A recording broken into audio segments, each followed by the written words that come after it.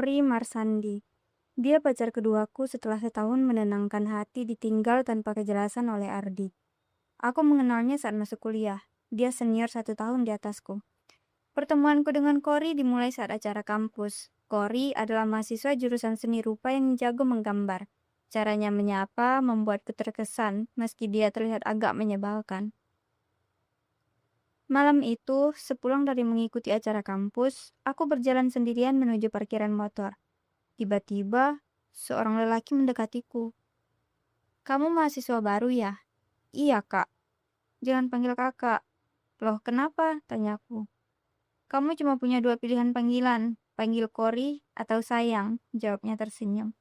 Kemudian suasana hening beberapa saat. Aku yang heran dengan pernyataannya malah ditertawakan. "Jangan terlalu serius begitu, aku nggak makan manusia kok." "Hehe, iya Cory. Kak." "Kok kak lagi?" "Cory maksudku." "Yakin mau panggil Cory? Terus?" Ya udah sekarang panggil Cory dulu aja." Setelah memberikan selembar kertas berisikan nomor telepon, dia berlalu menaiki motor Vespa hitam legamnya. Aku tidak menghubungi nomor itu dan menganggap tidak pernah terjadi apa-apa. Kupikir Cory hanya senior yang iseng dengan junior kampusnya. Ternyata aku keliru. Keesokan harinya, seusai kelas Cory menungguku di depan pintu kelas. Dia memakai jaket jeans hitam dan celana jeans ketat. Kali ini, rambutnya yang panjang dia ikat dan membuatnya terlihat lebih rapi. Jangan-jangan dia mencari teman perempuan yang sekelas denganku. Senior cowok memang suka mendekati mahasiswi baru untuk mereka gebet. Aku membiarkan dia berdiri di depan pintu. Satu persatu temanku keluar kelas. Saat semua sudah keluar, hanya tersisa aku di dalam kelas. Namun, Cory masih saja berdiri di depan pintu. Dia menatapku lama lalu tersenyum. "Tuan Putri, mau saya jemput ke sana?" Aku mendadak gugup. Sial, susah memang mendekatkan diri dengan orang baru yang agresif begini. Sebelumnya, aku kenal dengan lelaki seperti Ardi Sabil yang kalem. Aku tidak terlalu kenal dekat dengan banyak lelaki selama sekolah. Hanya Ardi. Jadi, Cory ini semacam antitesis dari Ardi. "Kalau tidak mendekat dalam hitungan ketiga, aku yang akan menyusulmu ke sana." "Baik, aku yang keluar," jawabku bergegas. Aku sampai di depannya. Dia tersenyum dengan senyuman menyebalkan, menatapku dari atas hingga bawah, seolah aku buronan yang selama ini dicari dan sekarang ditemukan. "Pulsamu habis?" "Enggak." "Ya sudah, boleh pinjam ponsel?" "Boleh," jawabku ragu, lalu memberikan ponsel. "Ini nomorku, simpan baik-baik. Kalau kamu kehabisan pulsa, bisa aku isikan." Sumpah dia terdengar sombong sekali hari itu. Tapi caranya menatapku membuatku tak bisa bergegas berlari. Ada sesuatu di matanya yang menyebalkan itu. Semacam ada panggilan dalam jiwaku. Awas saja lelaki brengsek ini, belum tahu dia siapa aku. "Ayo," dia menarik lenganku. "Mau kemana?" tanyaku. "Ke studio lukis." "Ngapain?" "Ngelukis wajah bidadari." Belum sempat aku bicara banyak, dia sudah berhasil menguasai kendaliku. Dia mengajakku ke studio lukis di jurusannya. Sesampainya di sana, dia mengenalkanku pada teman-temannya. Aku tak habis pikir, kenapa dia begitu menyebalkan. Sialnya lagi, aku malah tidak bisa protes langsung padanya. Diriku seperti berada di bawah pengaruh ilmu pelet. "Kenalkan, ini Kimara, pacarku," ucapnya. Aku hanya melongo bingung. "Wah, cantik sekali," ucap mahasiswa berambut keriting gondrong. "Bisa saja kau dapat yang bening begini," tambah mahasiswa yang sedang melukis di pojokan. Dari tampangnya, mungkin dia belum mandi dari kemarin. "Tumben rapi, Kor," sambung lelaki ketiga sambil merokok. Ada 3 orang temannya di sana. Cory segera mengambil sebuah kursi berwarna merah. Kursi besi, bulat yang sepertinya dibuat sendiri oleh mereka. Aku curiga begitu karena bentuknya tidak serapi kursi yang dijual di toko furniture. "Kimara, boleh bantu aku?" pinta Cory. "Iya," aku mengangguk. Agak ragu menjawab pertanyaan Cory. Takut kalau dia minta yang aneh-aneh. Duduk di kursi ini, tolong. Aku segera menuruti apa maunya. Demi Tuhan, aku merasa sedang terjebak. Bingung harus berbuat apa. Lagi pula, aku mahasiswa baru di kampus. Takut jika salah bersikap, akhirnya setengah pasrah saja. Setelah duduk, aku bertanya, mau ngapain? Dengan santai Cory menjawab, mau melukis wajah bidadari. Aku tersenyum kecut. Dia memintaku tidak bergerak terlalu banyak dalam waktu 30 menit. Bisa? Tanyanya. Aku mengangguk. 3 temannya hanya tertawa melihat aku yang gugup. Entah apa yang ada dalam pikiran mereka. Namun sejujurnya di balik perasaan terjebak itu, aku merasa sedikit senang. Entah kenapa Cory memiliki magnet tersendiri.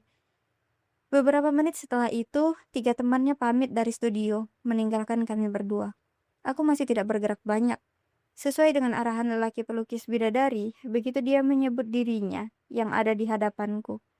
30 menit lebih sedikit berlalu, hingga akhirnya dia memberi isyarat agar aku kembali bergerak seperti biasa.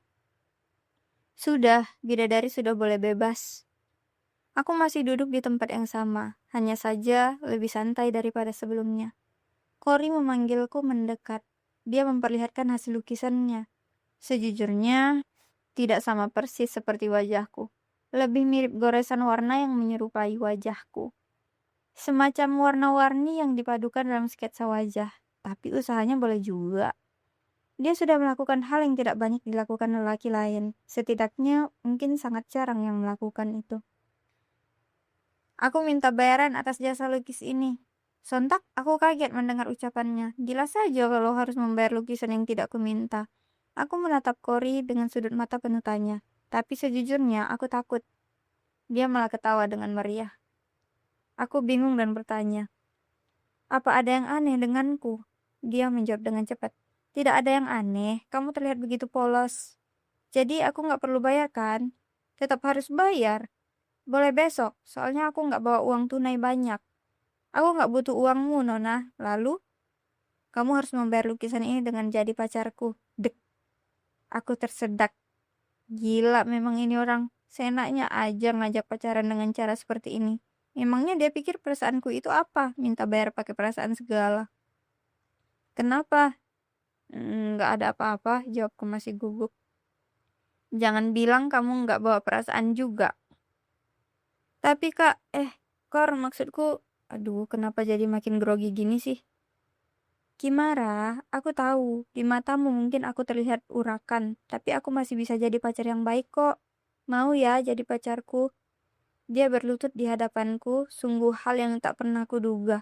Aku pun luluh dari semua pertahanan yang kubangun, kesendirian yang selama ini kupertahankan. Akhirnya kubiarkan pergi. Hari itu aku resmi berpacaran dengan Cory, mahasiswa senior jurusan seni rupa. Aku sampai di rumah dengan perasaan berbeda dari biasanya.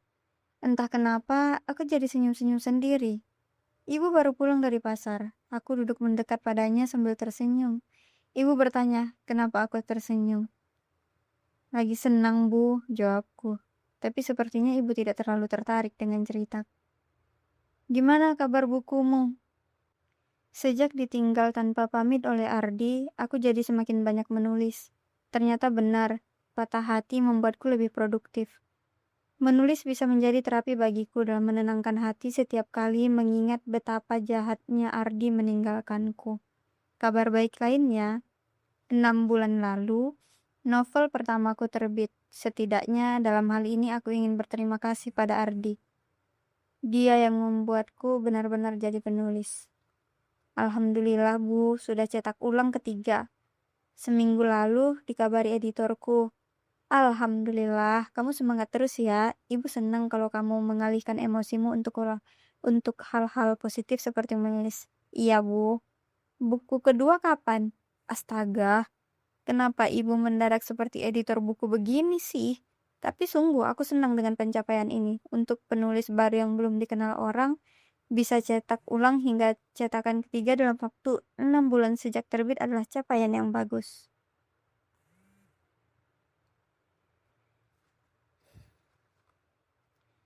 Sebagaimana kita tahu, menjual buku di Indonesia lebih sulit daripada menjual kuota atau tisu pembersih ingus.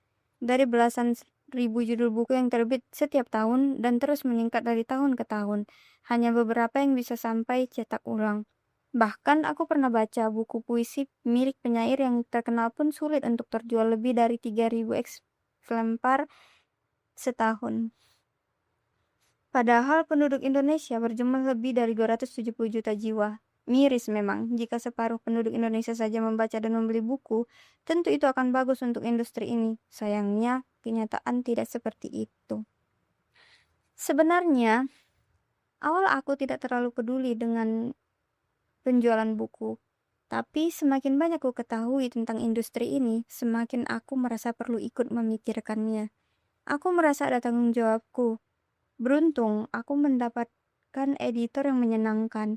Bisa diajak diskusi mengenai industri yang baru beberapa bulan kumasuki itu. Sejujurnya, aku masih banyak kagetnya. Aku masih meraba-raba apa yang bisa kulakukan untuk bidang yang baru kumasuki. Tapi, aku mulai menyukai dunia menulis. Terima kasih, Ardi. Kamu membuatku menemukan dunia yang tak pernah kubayangkan sebelumnya. Kenapa melamun? Tanya ibu. Maaf, Bu. Tadi ibu nanya apa? Buku keduamu kapan? Nanti kalau sudah waktunya, Bu. Aku sudah menyiapkan naskahnya. Jangan sampai abai dengan kuliahmu juga. Kamu harus bisa membagi waktu antara belajar dan kapan harus bermain. Aku mengiyakan saran ibu. Senang melihat ibu tersenyum. Selain kuliah dan menulis, aku mulai sibuk menerima jasa. Menulis surat untuk pacar. Ini sebenarnya gila sih. Aku pun tidak sengaja menjalani bisnis ini. Awalnya seorang teman tahu kalau aku seorang penulis. Dia butuh bantuanku untuk menulis surat untuk kekasihnya yang hari itu akan dia putuskan. Dengan berat hati aku pun membantunya. Dan dia suka dengan apa yang kutulis. Aku tidak tahu bagaimana respon pacarnya membaca tulisanku. Tapi temanku mendadak mentraktirku dan memberikan upah atas jasa untuk menghancurkan hubungan dengan baik itu. Dari situ, akhirnya aku diam-diam menulis surat untuk pacar-pacar orang lainnya. Mulai untuk hal yang baik sampai hal yang menghancurkan hati seseorang. Tapi sejujurnya aku tidak terlalu berminat mengerjakan bisnis ini lebih serius. Aku hanya mau menulis untuk orang-orang yang kupikir harus kubantu. Hari itu selesai kuliah, Cory sudah menunggu di depan pintu kelas. Dia tersenyum manis sekali. Aku membalas senyumnya, kuhampiri dia yang langsung menggandeng lenganku. Kita mau kemana? Ke studio. Studio kampus? Bukan, kita ke rumahku ya. Rumahmu? Ngapain? Mau ngelukis. Tapi orang tuamu? Tanyaku hati-hati. Jangan khawatir, mereka sedang tidak di rumah. Mereka sedang berlibur sampai lusa, ada acara keluarga. Oh, baiklah, jawabku agak bingung harus merespon seperti apa lagi. Aku menurut saja, dia memboncengku dengan Vespa hitam kesayangannya. Cory pernah bilang padaku, Vespa itu begitu berarti baginya, padahal dia punya kendaraan lain di rumah. Setelah kami sampai, aku jadi tahu kalau ternyata malah ada beberapa mobil di rumahnya. Aku cukup kaget melihat rumah berwarna kuning muda berlantai 2 yang cukup mewah. Rupanya, penampilannya saja yang urakan, dia dari keluarga berada. Ini warisan papa. Papaku meninggal waktu aku kelas 2 SMA. Dia seolah menebak pikiranku saat melihat rumahnya yang begitu besar. Aku dipersilakan masuk. Sampai di dalam rumah tidak ada siapa-siapa. Hanya ruangan dengan perabotan rumah. Terasa sepi sekali. Studioku di atas. Dia menatapku penuh selidik. Tidak usah takut, aku tidak akan berbuat jahat. Cory berusaha meyakinkanku untuk naik ke lantai 2, studionya. Aku meyakinkan diri untuk ikut dengannya ke studio. Sampai di sana, ruangan yang kira-kira berukuran 6 kali 6 meter itu, aku memperhatikan sekeliling ruangan. Ada beberapa lukisan yang sudah jadi, tapi ilustrasi yang dia gambar banyak yang ganjil. Ada lukisan perempuan tanpa lengan, hanya kepala dan badan. Bagian mulutnya terlihat seperti diikat garis hitam. Lukisan itu terpajang di lantai, berdiri menyandar ke dinding. Aku melihat lukisan yang lain di dekat pintu masuk. Ada lukisan sepasang manusia. Anehnya, kepala laki-laki hilang, sementara perempuan wajahnya berwarna merah tua. Di sisi lain, aku melihat lukisan perempuan dengan mulut dililit rantai. Ini lukisanmu semua? Tanyaku. Iya, lukisan iseng saja. Iseng? Aku melukis untuk mengisi waktu saja, tidak pernah punya tujuan apapun. Aku menyimak. Dari kecil, aku tidak suka hal lain selain melukis, tapi papaku tidak pernah mendukung impian itu. Dia ingin aku menjadi pengusaha seperti dirinya. Setiap kali aku melukis, dia selalu marah. Ah, sudah, tidak usah dibahas lagi. Dia berusaha tersenyum, senyum yang dipaksakan. Sekarang, sejak dia tidak ada, aku bebas melukis. Tapi rasanya tidak seambisi dulu. Hanya menjadi pengisi waktu luang, terang. Aku melihat sisi lain dari seorang Kori Masandi. Ada hal yang mencekam, sekaligus mengejutkan dari dalam dirinya. Aku mencoba menerka-nerka apa yang terjadi pada dirinya. Tapi, aku tidak punya celah untuk tahu lebih dalam. Kori seperti selalu berusaha menyembunyikan itu dan mengalihkan pembicaraan dengan bahasan lain. Sudah, lupakan saja, kita lanjut ke lukisan. Dia memotong lamunanku dengan ucapan itu.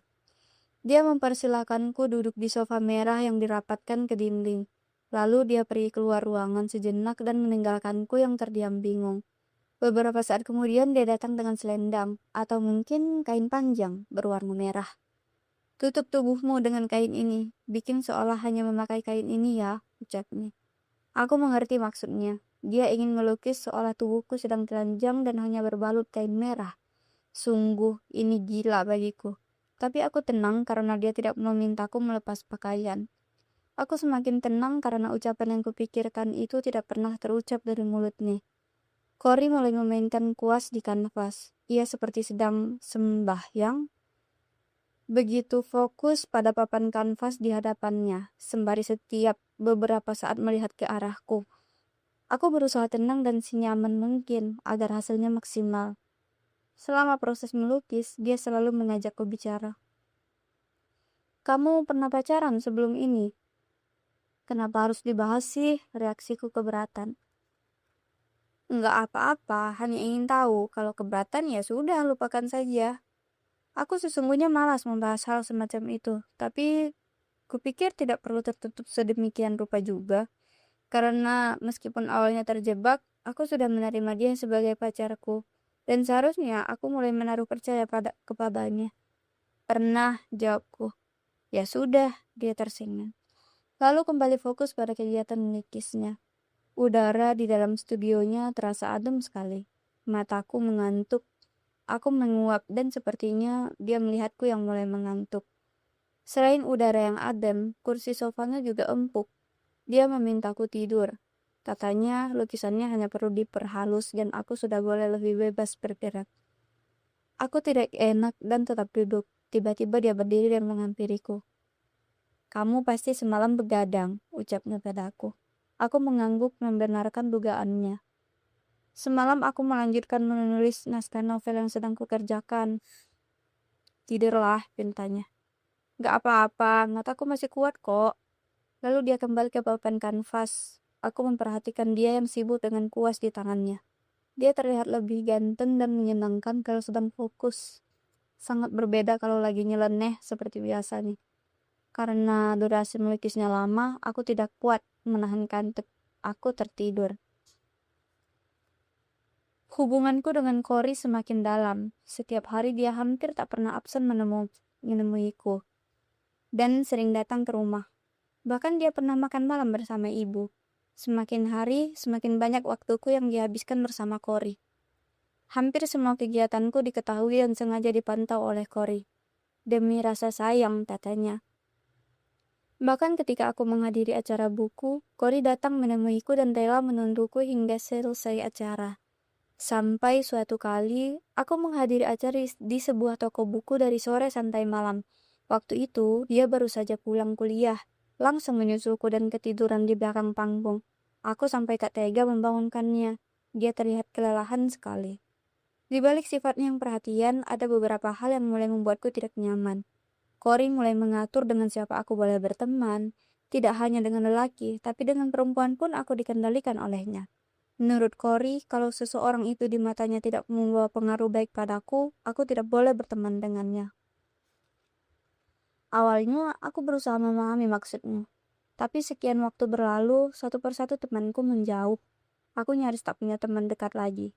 Semuanya sekarang seolah milik Kori. Diriku, waktuku, hidupku, sepenuhnya untuk Kori. Katanya itu bukti cintanya padaku. Dia ingin menjagaku. Aku nggak bisa begini. Aku butuh banyak teman. Sayang, kamu hanya butuh aku. Apapun yang kamu butuhkan, aku ada. Aku mencoba menjelaskan bagaimana hidupku, bagaimana kemerdekaan yang ingin kuraih, bagaimana pandanganku soal hubungan. Tapi dengan lembut, dia membujukku lagi. Sayang, aku sangat serius denganmu. Kamu nggak usah berpikiran buruk padaku gitu dong. Tapi aku nggak nyaman, Kor. Ini bukan hidupku. Kita nggak bisa sepanjang hari hanya berdua. Kamu nggak senang aku menemanimu? Bukan begitu, Kor. Aku juga butuh waktu untuk diriku sendiri. Apa kamu masih memikirkan masa lalumu itu? Kor, kita sudah sering bahas itu. Bukan itu persoalannya. Kimara, aku nggak bisa kalau nggak ketemu kamu tiap hari. Tapi, aku nggak bisa kalau harus ketemuan tiap hari. Ucapku sambil melangkah meninggalkan Kori. Anehnya dia malah tidak mengejarku. Dia membiarkan aku pergi. Keesokan harinya, aku tidak bertemu dengan Kori. Tiba-tiba Kori berubah drastis. Di sisi lain, aku senang karena bisa mengobrol lagi dengan teman-temanku yang lain. Meskipun beberapa teman masih terlihat menjaga jarak denganku. Kimara, maaf ya, kami nggak mau berurusan dengan Kori. Aku mencoba menanyakan maksud kalimat itu pada beberapa teman lelaki saat ingin bergabung di meja tempat mereka makan. Tapi mereka lantas menghindar dan menjauh. Meski ada yang tetap mau mengobrol denganku, namun dari gerak-gerik tubuhnya dia terlihat sangat tidak nyaman.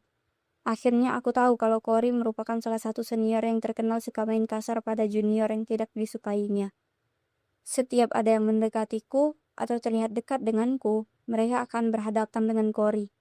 Kupikir awalnya karena Cory mencintaiku sepenuh hati, tapi kadang sikapnya terlihat berlebihan.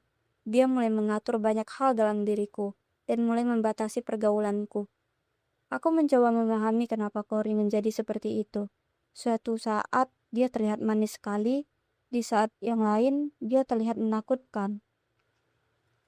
Sudah 2 hari Cory tidak mencariku. Kupikir dia benar-benar sudah menerima keputusanku tempo hari. Tapi ternyata aku salah. Di hari ketiga, dia menungguku di teras rumah. Dia terlihat akrab dengan ibu. Pada ibu, dia memang bisa bersikap manis sekali. Kenapa pulang telat? Tanya ibu. Ada tugas di kampus, jawabku.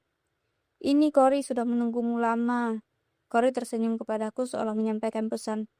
Saya berhasil menaklukkan ibu. Ada keperluan apa, Cor? Tanyaku seadanya. Ya sudah, ibu tinggal ke dalam ya. Ibu beranjak masuk ke dalam rumah, meninggalkan Cory yang duduk dan aku masih berdiri. Dia mempersilakanku duduk seperti mempersilakan tamunya. Bagaimana? Perasaanmu sudah baik kan? Baik kan? Perasaanku baik-baik saja. Kimara, aku minta maaf ya untuk tempo hari. Sudah, Kor, nggak usah dibahas lagi. Kita sudah Kimara, tolong dengarkan aku. Selama ini aku yang paling peduli padamu. Aku yang paling mengerti kami. Jangan membuatku kehilanganmu. Kori, ibuku lebih peduli padaku. Maksudku bukan begitu, Kimara. Maksudmu, aku harus menuruti semua maumu, harus menuruti semua keinginanmu. Kori, aku bukan boneka. Kori terdiam, terlihat sangat tenang. Aku boleh mengajakmu ngobrol di luar. Tadi aku sudah minta izin pada ibu. Aku mohon ya. Tadinya aku ingin menolak, tapi jika aku tolak, Kori akan nekat berada di rumah hingga aku mau. Takut ibu tahu urusanku dengan Kori yang mulai kusut, aku menerima permintaannya. Aku mandi dulu sebentar. Aku masuk ke dalam rumah dan Kori menunggu. Setelah rapi, aku ikut dengan Kori. Ku bilang sebelum berangkat, aku tidak mau pergi jauh dari rumah. Kami akhirnya mencari tempat makan yang dekat dari rumah. Kenapa tidak bawa Vespa?